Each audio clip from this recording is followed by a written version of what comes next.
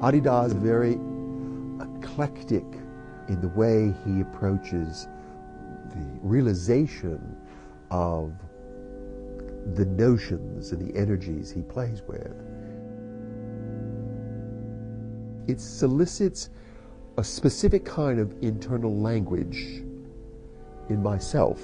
It's like I begin to emotionally and psychologically think and feel in a different language, and I relate to it in a different way than I did before. And this is something I've acquired over the last 2 years in working with his art or being in front of his art.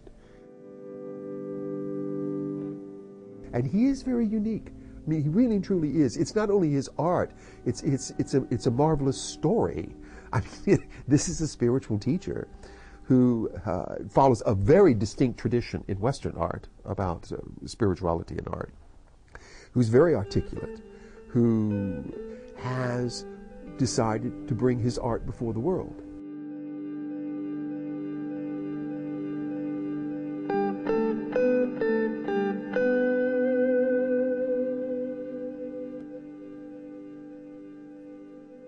When the proposal was first thrown in front of me that Adidas should be in the Biennale, but it had to be a collateral. I mean, that's probably the most difficult category to get into with, 500 some applicants or whatever, and they picked 33 or 35 this year. I mean, it's not an easy chore at all.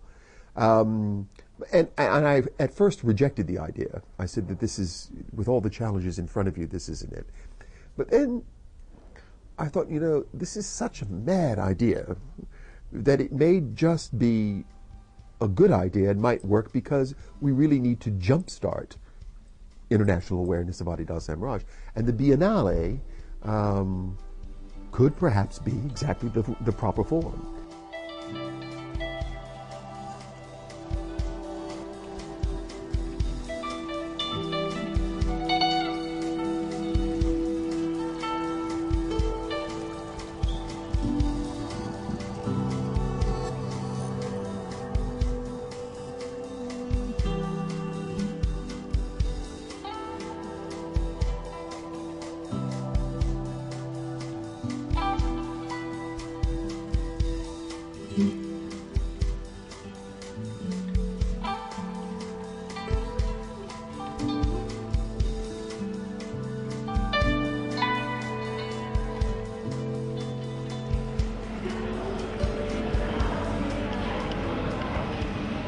It was absolutely marvelous.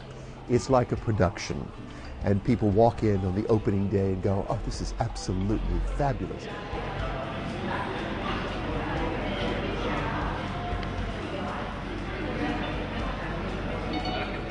And we have received very good reviews.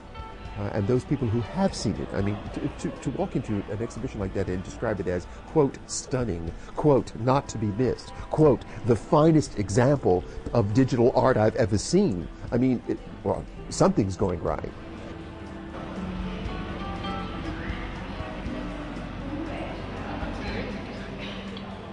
And Achille Benito Oliva is probably, if not one of the most respected critics and curators in Italy. I mean, he curated 2 previous Biennale shows. Enormously respected individual. And he told me that he had taken the time to look at Adidas' art and that he was genuinely impressed with it.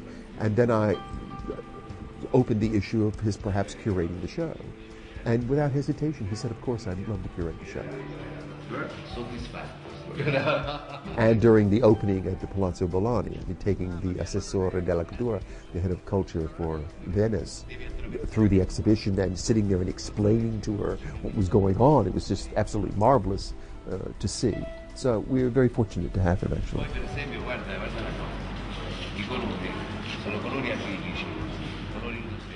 And for us, it was important to have a major critic who was able to position Adidas' work in a broader historic context.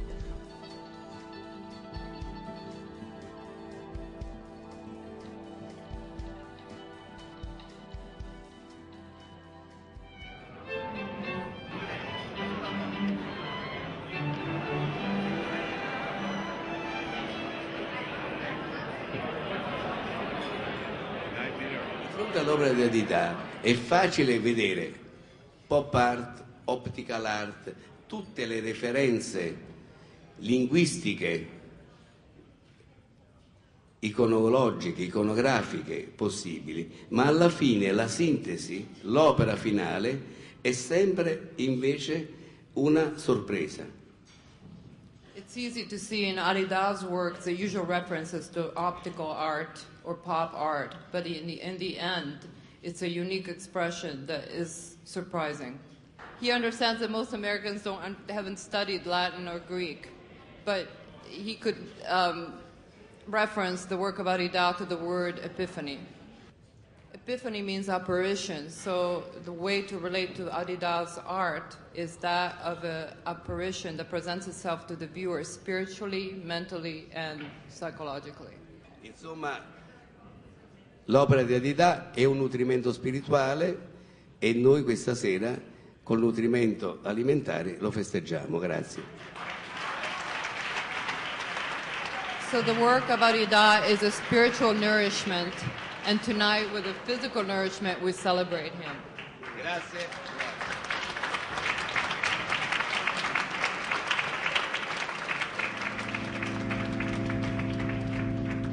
Mille grazie.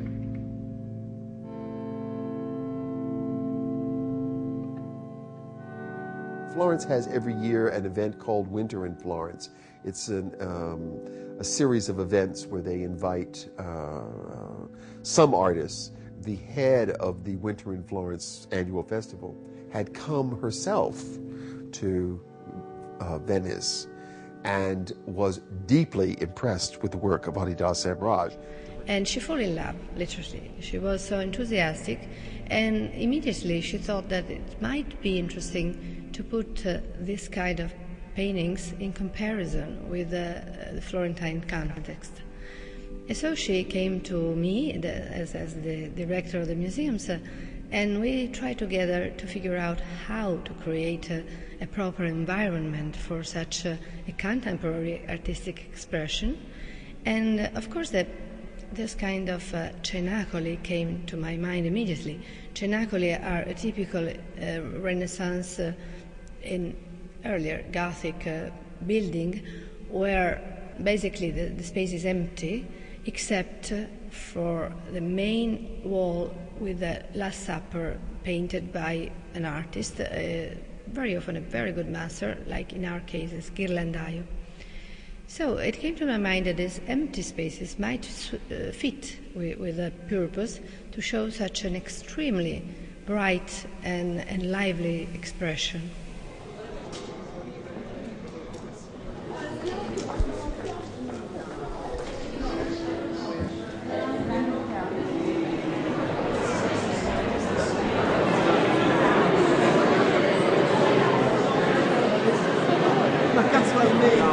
The experience of perspective is an experience of all the time in Italy, and especially. This is like a kaleidoscope with those colors, those intensive colors. It is so exciting, I think. So I hope that the public would agree. Parti completamente a prospetti, che parti con grandi prospettive che ti fanno entrare in questi meandri molto astratti ma con sentimento in qualche modo. Okay. So she was saying that you enter and immediately you're faced with this incredible masterpiece of the Ghirlandaio fresco, which is a perfect example of perspective, to the point where it draws you in and you almost go outside into the garden that's part of the painting. And then on the left, you immediately come into a relationship with this wonderful and very long piece, very large piece, which is very complex, and it's created by combining many panels, and also has so many details and so much complexity of color and form. And some of that is aperspectival, and some of it has a play with perspective, where the detail actually draws you into the painting, and there are different layers and different perceptions you can have, even of a sense of perspective that even can arise. And somehow the effect of this piece is also emotional. Somehow it also evokes feeling, mysteriously. Exactly. The seeds of the modern world were planted in Renaissance Florence in the painters' workshops of that time. So we see a vision of the art of the past. We see a vision of the potential art of the future.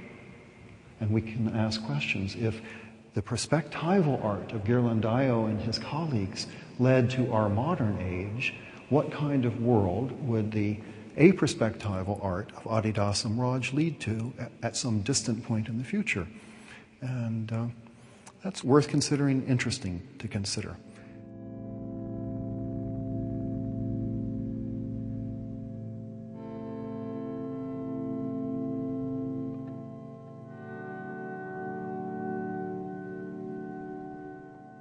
There have been many artists through history who have taken, changes and shifts, and their personalities and their visions had a great impact on how the trajectory of art took off. I wouldn't be promoting Adidas Samraj if I didn't believe that he's one of those artists where that is true. We may not see that recognized in the art world for 10, 15, 20, 30, 40 years, but it will be. It will be. It's a very, very special, unusual artist.